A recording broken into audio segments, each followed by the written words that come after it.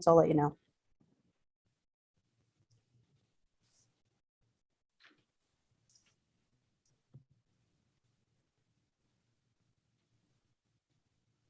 Okay. And I'll let you know. We are live. Hello, everybody that's joining us today. We're just going to give you a minute for some of our people that are joining us live in this noon hour at War Cry Podcast. Right before we get started. And get my notes going here. It's a pretty smoky day here in the Yakima Valley still. We, wherever you're at, we hope you are having a good day.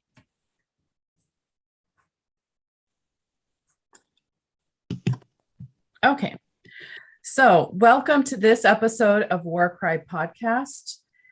We're going to be discussing DNA and delay in process. Our intent today is to review some history, policy regarding DNA and the delay in process that result from crimes or other findings.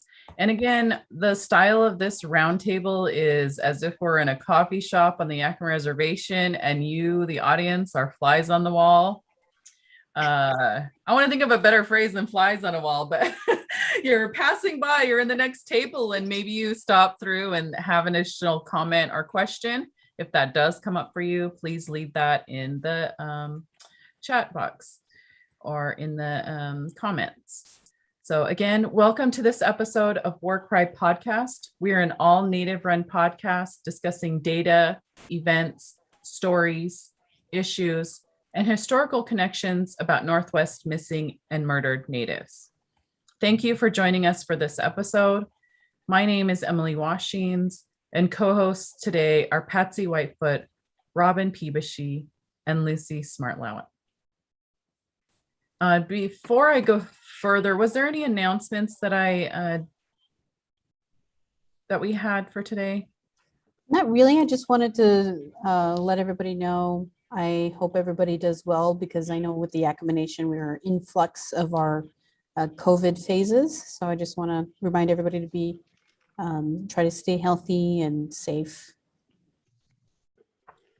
Thank you for that. There definitely is a lot going on, and we do wish you to take care. Robin is correct in that. We also have memorials and memories coming up for those that we've lost in a range of emotions.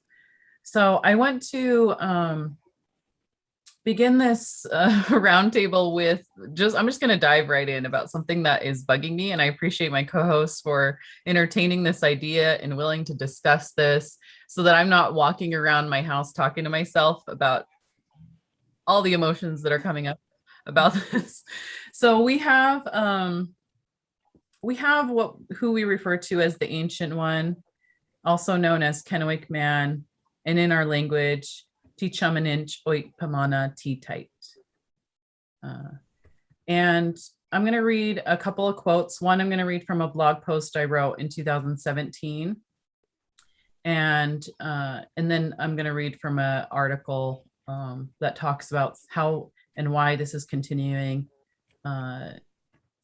needing action regarding our Ancient One. And it includes DNA and who has the rights to our bones and replicas of that.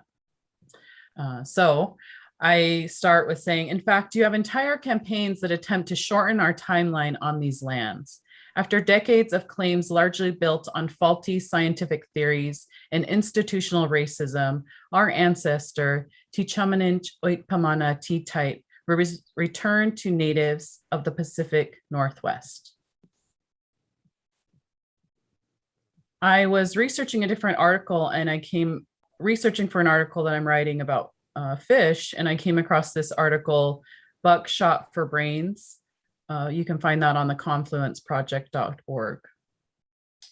For $389, not counting taxes and shipping, you can buy your own replica of the Kennewick Man skull. The anthropologist who made a cast of the cranium and skeleton after it was dredged from the Columbia River sells copies of the skull through an online shop called Bone Clones Inc. Now, I just want to get your thoughts about the selling of replicas of this Native American skull and remind just our audience a little bit about the background of this. And my co-host can feel free to jump in and add additional history and background and context. Um, but, for a number of years after the finding of this, our ancient one, they scientists fought against scientists and our own thousands-year-old data to determine the ethnicity of this individual. When the findings first came out, they called him Caucasoid, not native, not from here. And the press kind of just quoted that and took that and ran with it. And tribes had very little voice. And the article in Confluence goes over that. And a lot of our Native people have went over that. So fast forward many, many years, and we have Natives that submitted DNA to show a direct DNA connection to Kennewick Man, the ancient one. And so in the meantime, there was these, the archaeologists that originally did these findings published this 6-pound book. I didn't weigh it. It was in the article. She must have weighed it. I've held it. It's on our own Yakama Nation library. I held it and like squinted my eyes at it. That's the most I do to library books. I try not to hurt them, especially at our own tribal library. But, it is a very heavy book, and it was a very karma moment, I think, when you had this big, huge book that had all these supporters was just kind of null for the most point, because the findings that it was native and the proof that it was native came out after it was published. So if you guys have thoughts about that as well. But I just want to get your thoughts about the selling of replicas of this Native American skull, any thoughts about the DNA and process, and I'll go ahead and start with Robin. Thank you. I remember being like younger, in my early 20s, when Kennewick Man was first discussed. And the thing that really struck me even then was, of course, how important that this case was in general in terms of his DNA. Because for one, it would establish the time immemorial that, our people are always talking about, our presence and our connection to the land. But it also really brought out the colonialist mindset of every action or law or any kind of, as Patsy has brought it before, papal bulls and things like that would just justify that if this person, the ancient one, if they were found to not be native, it would just further justify their narrative, which is just like, for one, this land is inherently ours by God, those kinds of ideas. So I remember that really striking me then, which is like not having a doubt that the ancient one was from this area and was a native person, but still just kind of like having that doubt, not that he wouldn't be proven to be native, but that like the powers that be would try very hard to continuously try to justify that, hey, you as Native people, despite that we know you've been here and you were here before and here in time immemorial, as your stories prove, this would prove us right, that, you don't have right to this land. Everything that we've set in place is this genocidal act going down from blood quantum to like enrollment numbers and all of these other things, which all just leads to you Native people do not have right to this land. And we are justified in treating you the way that we did. Because, we wanted these resources that are not yours to begin with. That's what I felt like it was trying to get to. So, and it just definitely juxtaposes against to what we've discussed before, even with Tammy Ayer, which is wanting to have this proven scientific either carbon dating or DNA comparison about who a person is, like down to the genetic, down to the molecule level of what your origins are. And it's just really kind of jarring because, for one, I see the importance of DNA and things like this, and being able to prove in those like what I would call like white realms, Western society type realms, for data to be proven and to kind of like show on that front how important DNA is and how it's usually in our favor, if not 100% in our favor through the stories and things we give. But on the flip side is later on how that same DNA is used as a conduit of like, what do they call that? Not exposure, but where they're taking advantage of that information and not revealing their true intentions when it comes to it. So I think this is a great segue to start. And it's been on my mind for probably over a decade or, for a long time. But yes, so in that instance, I felt that DNA, and of course, as the title implies, the delay in process, we're still discussing the ancient one, and I think you've said it before, Emily, where it's like we barely have rights to our bodies and now we barely have rights to our DNA, or you said something along those lines. And that this is just a prime example of what that looks like. Thank you so much for your thoughts. And since I took up a lot of time in the beginning, I want to see if Lucy wants to have respond and add additional thoughts to that. Thank you, guys. So I'm having, I'm hungry, and that part is distracting for me, even though I just ate a little bit. So I just want to put that out there.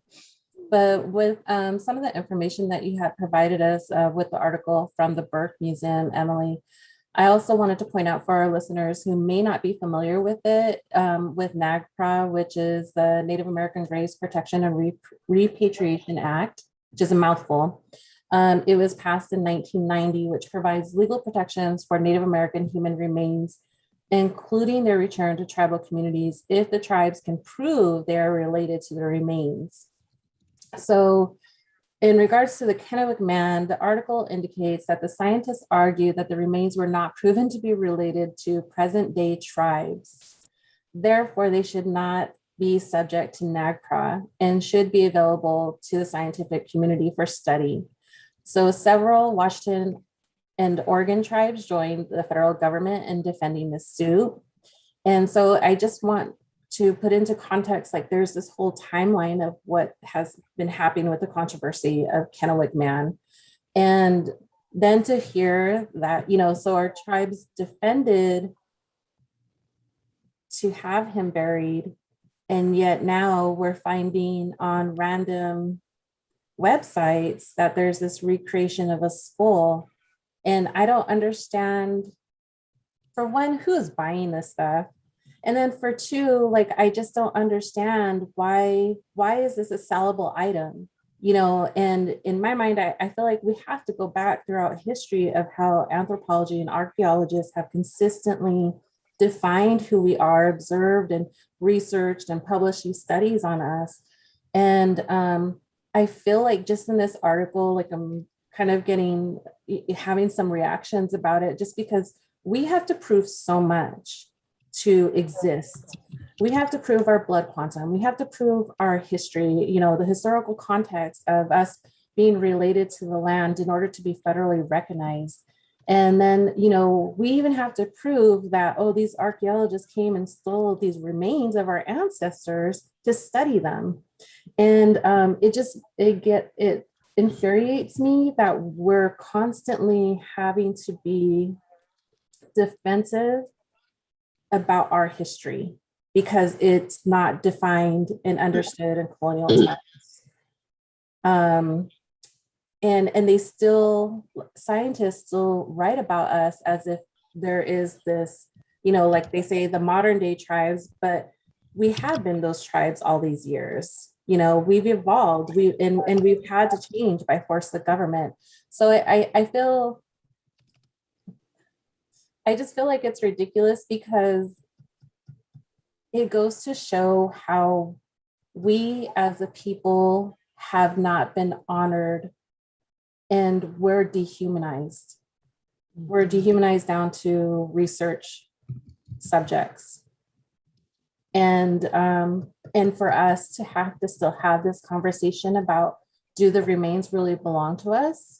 Do we have rights to that? And then we have to prove that and even put in money towards, the history and then going through this application process for NAGPRA to even see if it's an eligible thing deemed by the government, really tells us that, we are not fully sovereign entities. So that's kind of like my rant for now. It's good. Going over some of the federal, documents and giving reference to that is important. Patsy?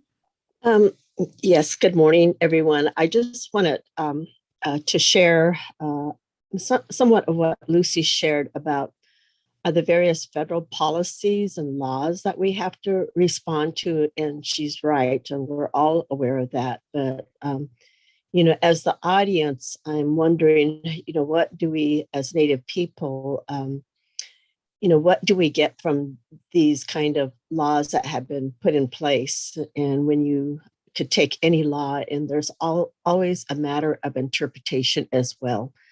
Just as the scientists are also, having their feuds, we have conversations with one another, and that's the intent of what we're doing today, is having a conversation with one another.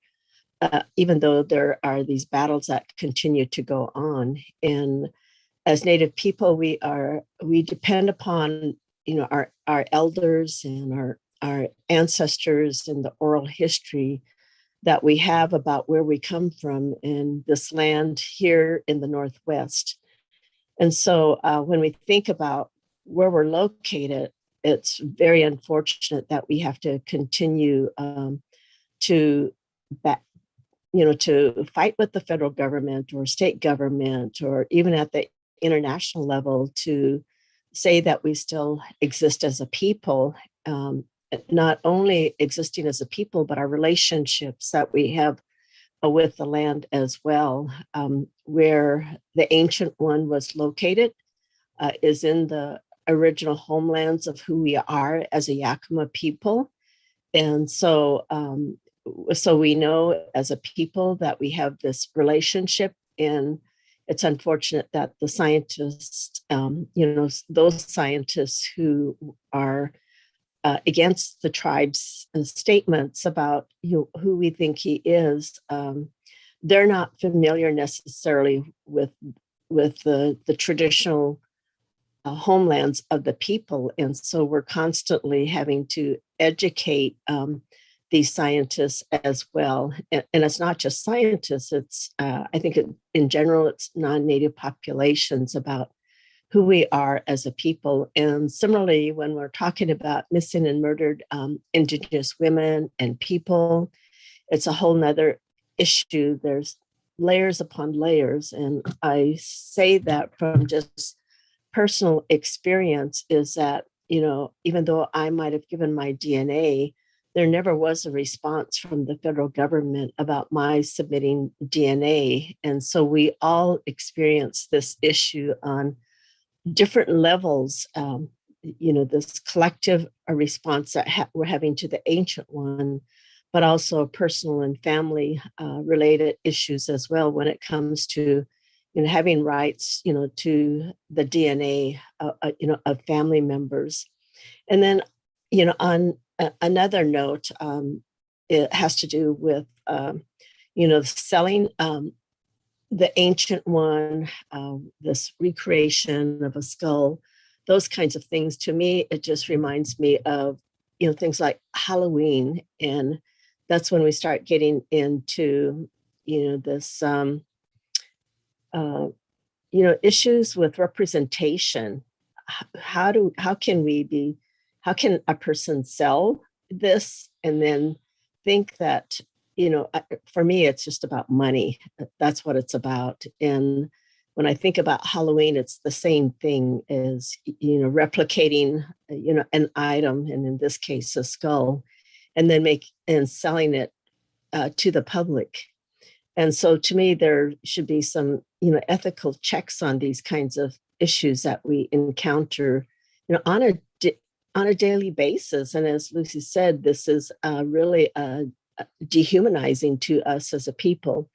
And this issue is not just with Native people here in the United States, it's with, many indigenous populations around the world or minority populations here in the United States. And so it's an ongoing issue and one that we have to continue to battle with.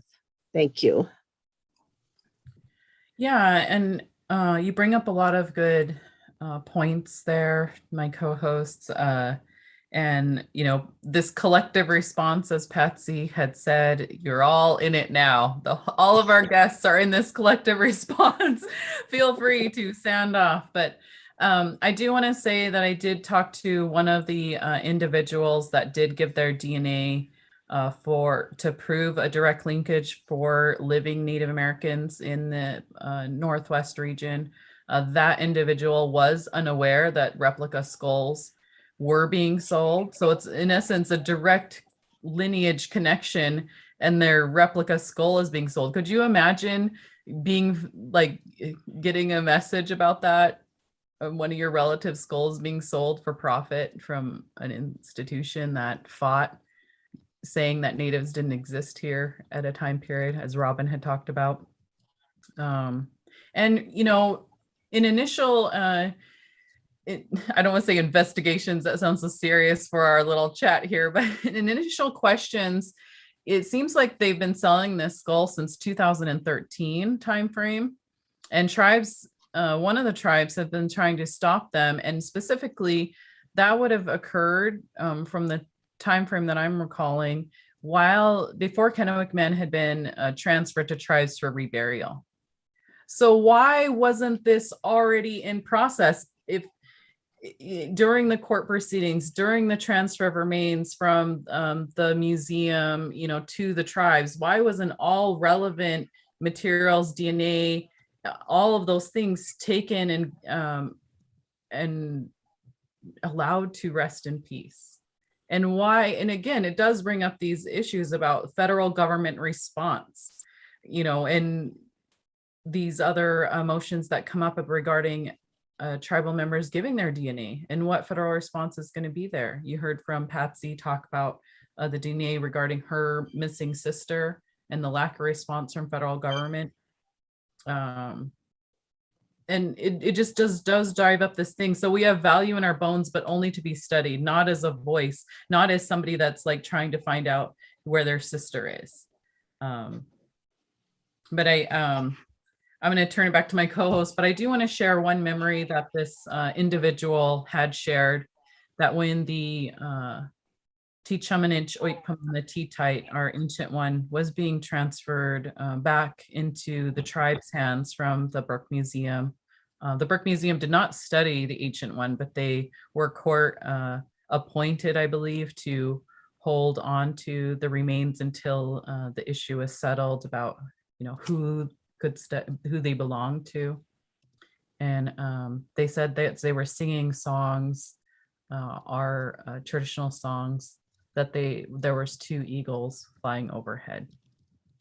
And something about that just gave me a little bit of peace, just knowing that there is, a long-standing connection with nature from our people here. And,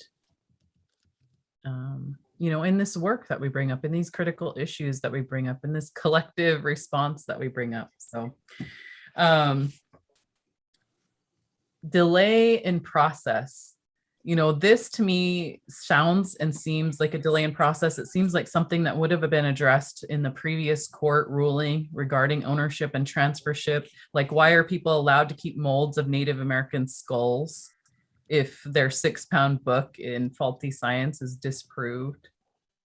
And why this delay in response? And overall, we heard from our guests last episode about how this skull was missing for 33 years and has never had DNA taken from it. The family's been waiting for answers of whoever this loved one is, and that has not happened yet. And so this delay in process seems to be a theme, and I want to turn to, again, my co-hosts to get their response. Robin? Thank you. So as we discuss this, the more things tend to pop up in my head of what this issue brings up for me in terms of just like missing skulls or delay in process of giving skulls back in general, as we discussed again with Tammy Ayer and Parker Doe, those kinds of things. And I don't know if you guys are familiar with, I'm always like the nerd who likes to reference movies, but what was like Django, directed by Tarantino. There was a scene Leonardo DiCaprio like talks about these certain indentations in African American skulls that according to him, to early 1900 phonology, like phonetic, he's like, oh, this just means that this race is more submissive. And so when we talk about missing skulls and like that, like whether or not it's in that kind of setting, for me it just is almost like, what is trying to be proven through this? It also reflects back to me to keep these kinds of things. It's almost treated like an oddity, like as if you go back to the freak show era, just like, oh, this is an oddity of the humans, and so let's make a show of it, which is exploitation essentially. Which again, colonialist projects through any European nation that is invested in colonial projects have these type of shows, and so they have colonial fairs, they have human zoos. World fairs was like a lower version of that, where they would just show, hey, this is everywhere our colonial hands have reached, which essentially was a show of force, which is to like, sure, it's like, ooh, it's this oddity, but in general, what it means is that it shows the colonial hand and their force. Like, this is our reach. And these are the people that we have under our thumb or who we're actively colonizing. And this is why, we're justified in colonizing these people. And it also, again, echoes the power of reach, which I feel we're still dealing with. Again, as we discuss, like I said, skulls and stuff, it just really just kind of brings me back to that kind of setting of like, as you said, we were oddities. How can we make a show of this to show, again, the justification of our colonialist projects? And it's just, the reach goes back into the laws that are set, and how it would not be relevant to NAGPRA, like what Lucia brought up, just kind of like, oh, we're going to continue showing these as oddities of nature and things like that. Ooh, these are so neat, but it feels so exposing.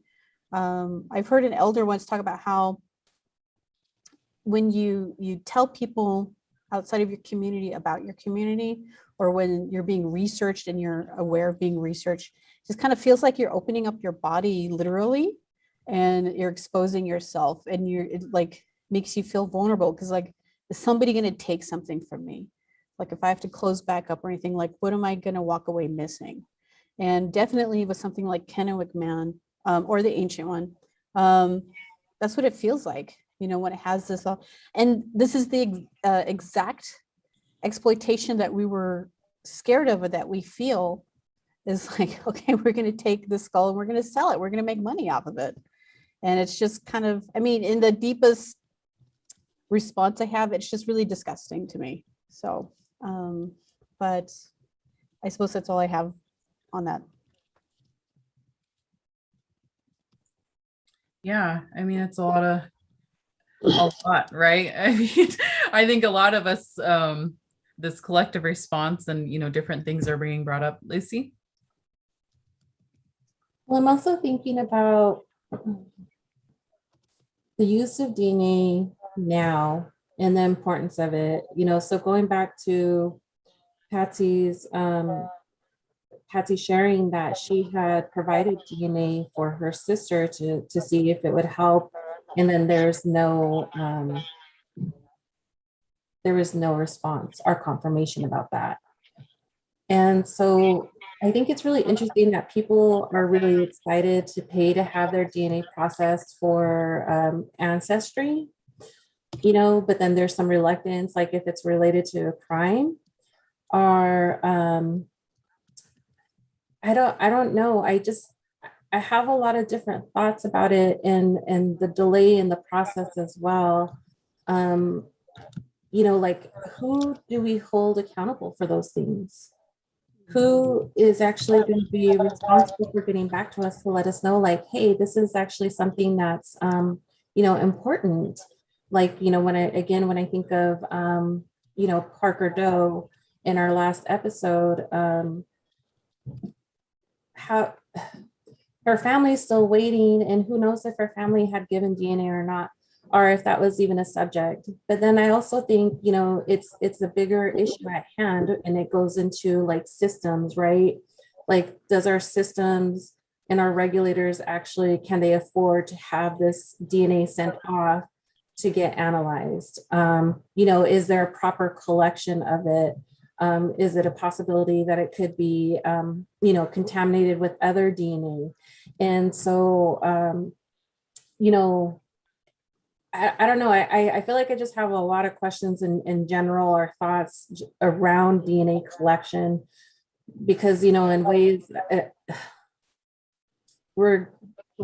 it's a double-edged sword. I don't know any other way to put it. Like, it's a great thing because people are finding out about their families, but at the same time, I also feel like, they're just using it to be able to show like, hey, you're not fully Indigenous the way that, we expect you to be under, according to blood quantum, requirements. So I'm kind of just frustrated by that. And then going back to this, school thing, I just think Robin had hit it, like there was a time during the 80s and 90s where Ripley's Believe It or Not was really, this one of the main shows on television, showing all these oddities and, and redefining and portraying Indigenous cultures as something, our practices being odd, our practices being out of the norm.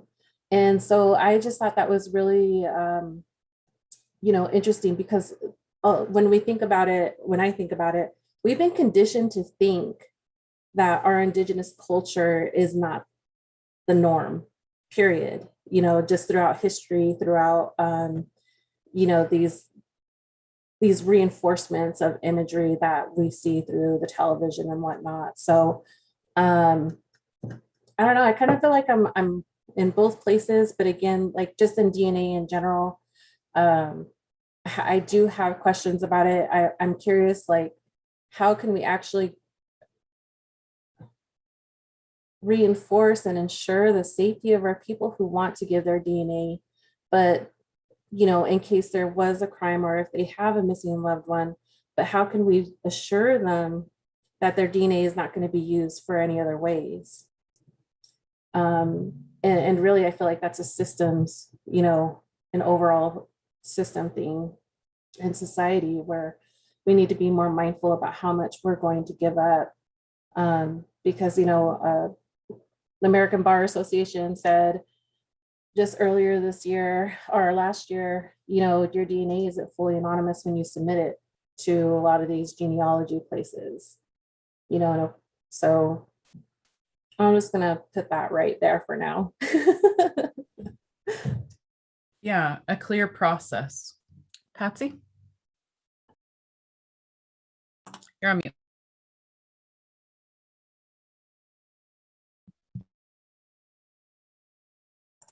Oh, you clicked it and it's still on mute. You're good. Okay, I don't know what, my machine is going crazy today. So I wanted to go back to accountability and responsibility. Today in the media, there's a lot of conversation going on about,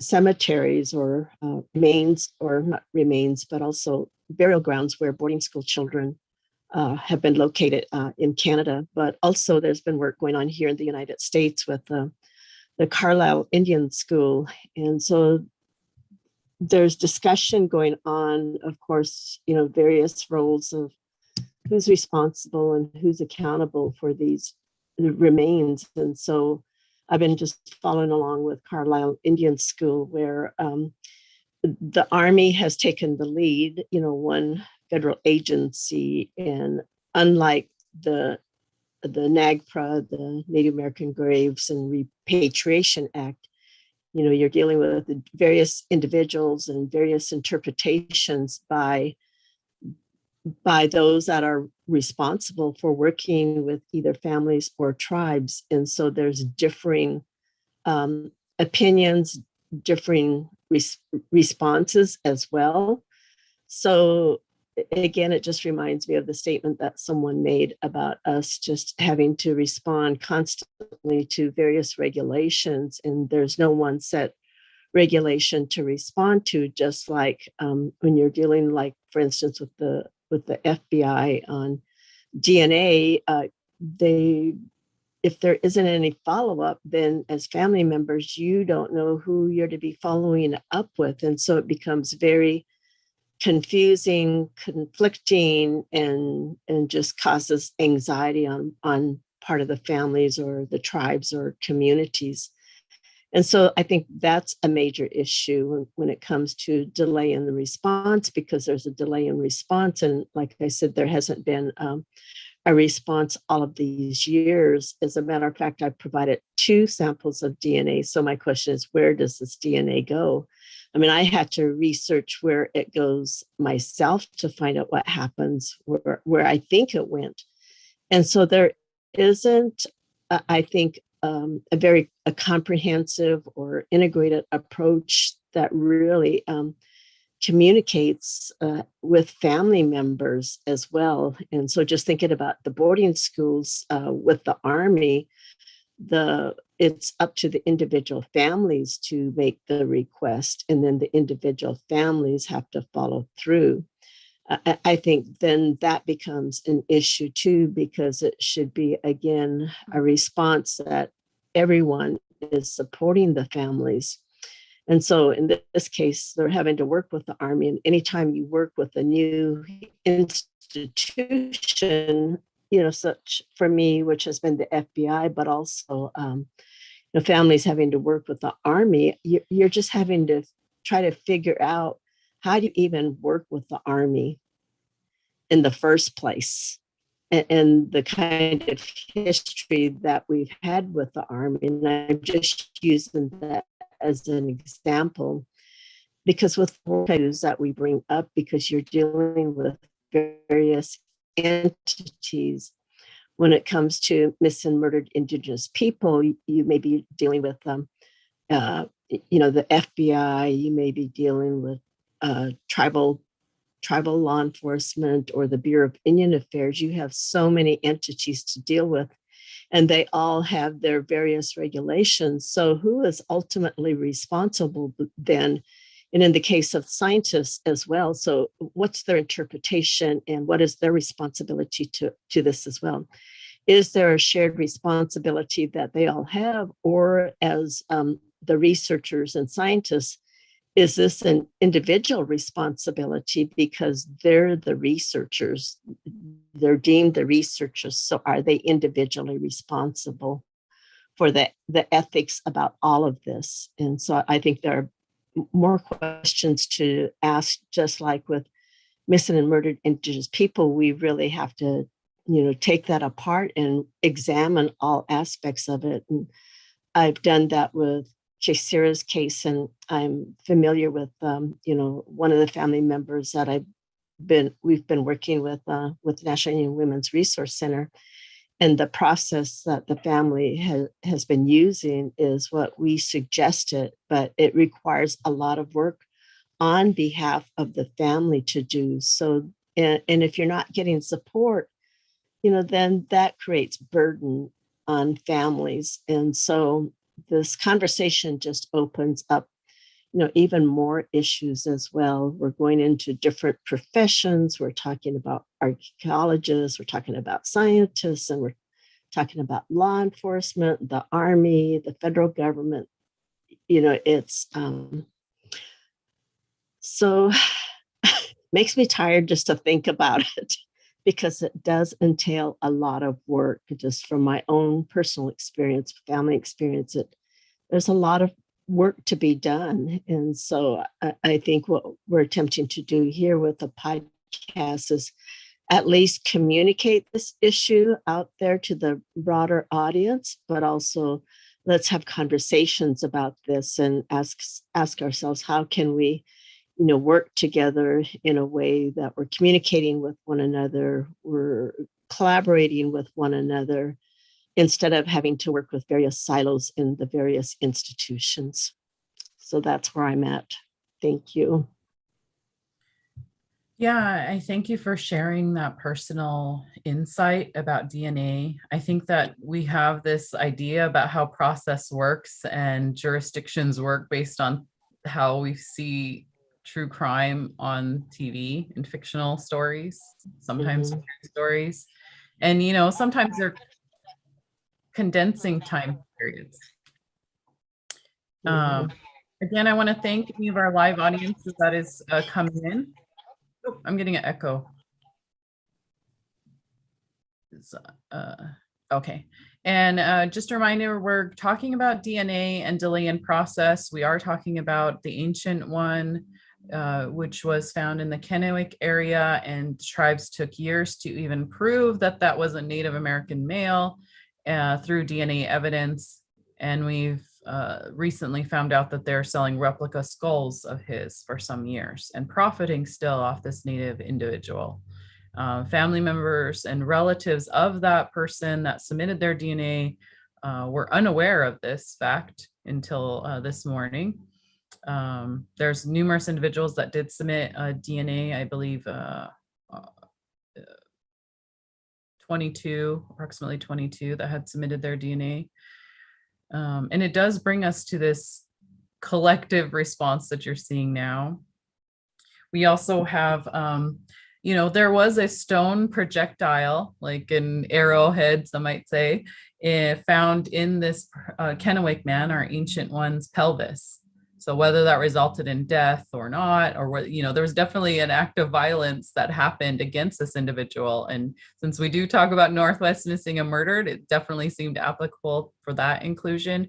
And it definitely does give this aspect of who has ownership over them. And once you've proven that this is your relative, do other people have the right to continue to sell replicas of their skulls? And it comes across as really creepy. And if I had the power, I would look at those records of sale. I want to know who's buying these skulls, what purposes are they using it for? I believe the family deserves answers to that. I believe that nobody should be profiting off of him, especially institutions that tried to prove for years that he was not a Native individual. And the issues, again, that Patsy had brought up regarding multi-jurisdictional issues, and our other co-hosts have brought up not having a clear process. And there's an aspect of this whole thing to say, why are all these natives, why is there an MMIW issue? Why is there such a crisis? You have to prove the failure of institutions, and this is one of the failures of the institutions, is not having that clear line of responsibility, not having that clear reporting abilities to the public so that we can hold accountable. We don't have a chart that says Patsy's process of DNA stopped at this section and this was in so-and-so's hands. We don't have that. We're out there blind, just trying to ask for justice, for answers. And I want to close with this quote, but I'm not going to close the entire podcast. I do want to turn to Lucy for one of her favorite questions about self-care. But, at an MMIW event on May 5th, 2019, I stood encircled by a crowd giving the keynote. And I said, we have a problem with our safety of Native women for 164 years. The missing and murdered women crisis cannot be fixed in the system we have. There has to be a new system across the local, tribal, state, and federal level. That's from page 7 of my case study at the Evergreen State College called War Cry. And, and we do have a comment from our audience. So I'll go ahead and turn it to Robin. Oh, no, sorry. I just wanted to make one comment on my own. Oh, Audience Robin. Myself watching this podcast, I had a question. No, just about maybe like a closing remark or something about the delay in process, which, as you said, seems to be a collective. But as I was listening, I was thinking about in terms of what we're fighting is just the idea of bureaucracy, which on the surface, throughout institutions, they establish it in order to create equality for those who have inquiries or wanting something done. But it just seems to reinforce like the discrimination of those who don't have the access or don't know the access or that they have access. So as I was listening, it seems like it just seems to reinforce the status quo of what's currently there. And it does very little on the behalf or in the benefit of Native people. And as we look further and like Patsy talks about institutions, they were essentially established and funded for the detriment of Native peoples in the United States and in Canada. An example would be like listening to our guest that we'll have on later, Connie Walker's podcast, Finding Chloe, or Cleo, sorry. They had to do cross-national bureaucracy and jurisdictions, which just the only advantage that they had is that when they interacted with these people, the person behind the phone or behind the desk actually had a personal connection to the young girl in question. If that was not there, they would not have gone further at all. It would have been stuck in the world of bureaucracy and paperwork and all these things. And then as you had mentioned before, Emily, which you were right on the head, which is like, these institutions need pressure. And it's like not talking about the workers there or anything like that. It's talking about the institution. And I think the institutions can handle that pressure. They need to be held accountable and have pressure put on them. And I think the question is like, how are we going to do that? And which is, of course, this is definitely a step, like having the podcast, having discussions. Hopefully, our communities will say, hey, this is exactly what it is that needs to be done. But yeah, so that's all I had to say, was just, like you said, the collective answer about jurisdictions, bureaucracy, and institutions. That's great. There's a lot there to unpack. Again, we might have spoke fast about it because we're so worked up. But again, feel free to leave your comments or questions for us in the on YouTube or on our socials, and we'll make sure to respond to you. I also want to turn it over to my co-host Lucy to ask one of her favorite questions of the group. Thanks, Emily. So I know this is something that we tried last season to really talk about, and I feel like I kind of just missed it as we were moving along because so many things were happening simultaneously. But I want to put it out there to the group because we talk about such heavy subjects, because this is our daily life. I feel like it's good to do a check-in and to see where everybody's at as far as like if you're doing something for self-care. So anybody who would like to share first what you're doing right now for self-care and how that's helping, or even if you just wanted to just say, this is what I do. I would appreciate that, because I feel like it's important for our audience to also know that, sometimes this isn't easy for us to talk about, but we're also trying to make active efforts to do something for ourselves in this process. So who would like to share first?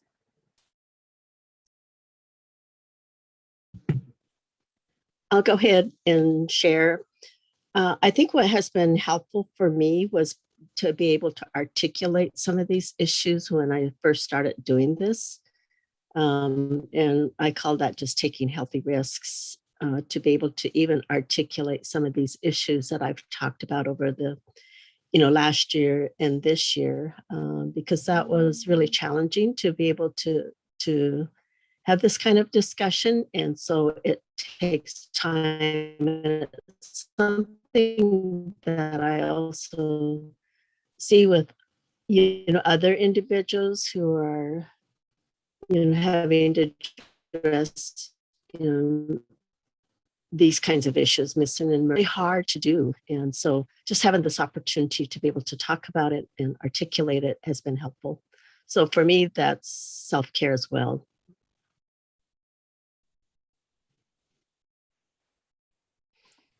For me, I've been doing, I have 3 kids. Oh, I'm echoing again. I don't know why. I have 3 kids, 11 and under, and they are in online school this year again. And there's a lot of questions and things that come up. And, especially when there's things of MMIW nature or MMIP that's coming up, or maybe in case information or very sensitive things are being triggered or emotional. I've tried to think of when the last time my feet touched the earth. And if it's been a while, or if I don't feel like I've had that connection, I really try to go outside and just have that moment. Sometimes it's only 1 minute. Sometimes I have a book out there, the kids go and play. And sometimes when I stretch and do my stretching after workouts, I'll take my shoes off. So it's actually physically touching the earth, because I believe that connects me to a lot of the things here on this land, including our teachings about the resources and our how we're intertwined.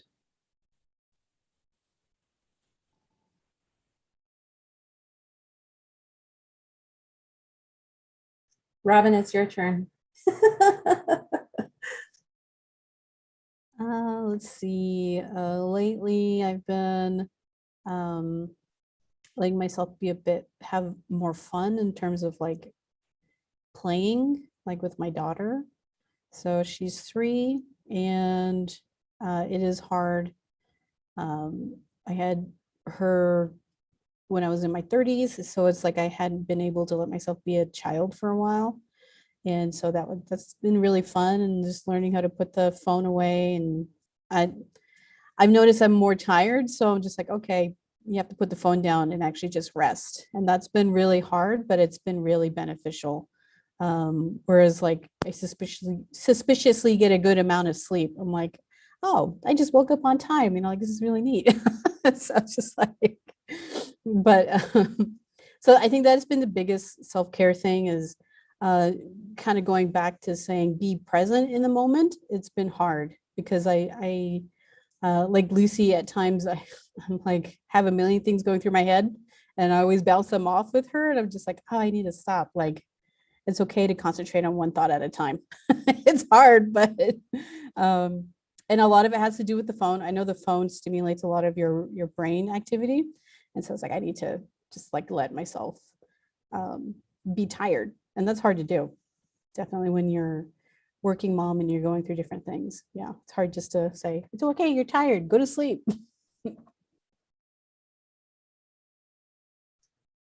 Thank you guys for sharing that. I feel like it's just critical for us to even just be mindful, like Emily had said, even if it's just taking it 1 minute out of the day to be able to do that. I know for myself lately, what I found is that, I've kind of had this normalization of being able to talk about this heavy trauma and, like with my family members or with friends. And sometimes I forget that this isn't always a normal conversation that people have in everyday, just in everyday talks. So I try to be more cognizant of where the other person is at before, I start sharing information. And I feel like that's also something for self-care, because I want to be mindful of the other person and not, dump on them per se, but also just in thinking of like, okay, what am I wanting to share? What am I trying to get out of this sharing process as well? My other thing that I've been doing a lot lately is sleeping. I know it sounds funny, but I have been sleeping quite a bit, and I try very hard to, because I'm an insomniac. And so I'll wake up, at different hours of the day and night and stuff like that. But I feel like sleeping does really help me put things into a different perspective. And sometimes I have that magical thinking, like maybe I'll just wake up and something will be different, like in Disney movies. But unfortunately, that doesn't happen. But I at least feel better about the approach that I have moving forward after I wake up from a good rest. So thank you all for sharing that. And if the audience wants to contribute, like some of the things that they do for self-care, or what works for them, feel free to share that information. We'd love to hear you guys, and what you do as well. Great. Yeah, the topic of self-care is one that can be sometimes taboo in Native communities. And I appreciate Lucy with all of her credentials and leading us in that share moment. I do want to give a war cry out to the ancient one, Tichaminich Oikpamana Titait, as well as a war cry out to families that have submitted DNA of loved ones to get answers, and especially giving extra care and social distance hugs to those families that are still waiting and unsure of where they're at in the process, including our co-host Patsy. Again, we are War Cry podcast. This is season 2. We thank you for joining us. We are an Indigenous-led podcast surviving under the duress of colonization and intergenerational trauma towards self-determination. I'm Emily Washings. Thank you to the co-hosts Robin, Lucy, and Patsy. We are streaming from the Yakima Reservation located in the Northwest. For our credits, we have support from Native Women in Action. We are edited and produced by Robin Pewashi. Logos and shirts by John Onley Schellenberger at Native Anthro, and music by Lee Sekakwa.